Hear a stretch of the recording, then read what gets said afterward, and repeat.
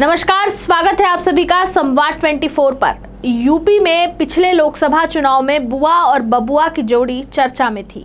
यही मायावती की बसपा और अखिलेश की सपा का गठबंधन था, लेकिन मोदी लहर के आगे सब धाराशायी हो गए। आगामी चुनाव में बुआ अलग तो बबुआ अलग ही लड़ेंगे। अब सपा हो या बसपा या कांग्रेस, सबकी लड़ाई बीजेपी से ही है।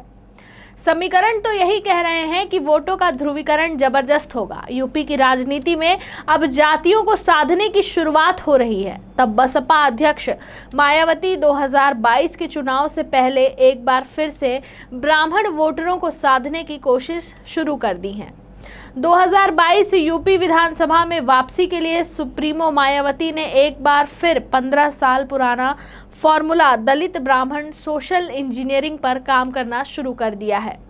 मायावती ने ब्राह्मण वोटरों को बसपा के पाले में लाने के लिए ब्राह्मण जोड़ो अभियान की शुरुआत करने का ऐलान कर दिया है।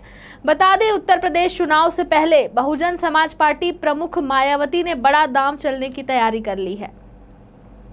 सूबे में एक बार फिर से मायावती ब्राह्मणों को साधने में जुट गई हैं। आपको बता दें, बसपा ब्राह्मण सम्मेलन करने जा रही है, जिसकी शुरुआत 23 जुलाई से अयोध्या में होगी। वहीं इस सम्मेलन की जिम्मेदारी सतीश चंद्र मिश्रा को दी गई है। अयोध्या में मंदिर दर्शन से ब्राह्मणों को जोड़ने की कावयात शुरू होगी। पहले चरण में 23 जुलाई से 29 जुलाई तक लगातार 6 जिलों में ब्राह्मण सम्मेलन होंगे। सतीश चंद्र मिश्रा के नेतृत्व में जिलेवार यह सम्मेलन किए जाएंगे।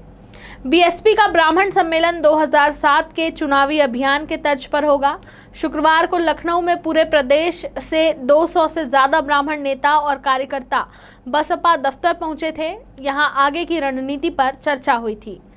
आपको बता दें, मायावती ने 2007 में यूपी के चुनाव में 403 में से 206 सीटें जीतकर और 30% वोट के साथ सत्ता हासिल करके देश की सियासत में तहलका मचा दिया था। बसपा का 2007 का प्रदर्शन कोई आकस्मिक नहीं था, बल्कि उसके पीछे मायावती की सोची समझी रणनीति थी। प्रत्याशियों की घोषणा चुनाव से लगभग 1 साल पहले ही कर दी गई। इसके अलावा ओबीसी, दलितों, ब्राह्मणों और मुसलमानों के साथ एक तालमेल बनाया गया था। बसपा इसी फॉर्मूले को फिर से जमीन पर उतारने की कावयाद में जुटी हुई है।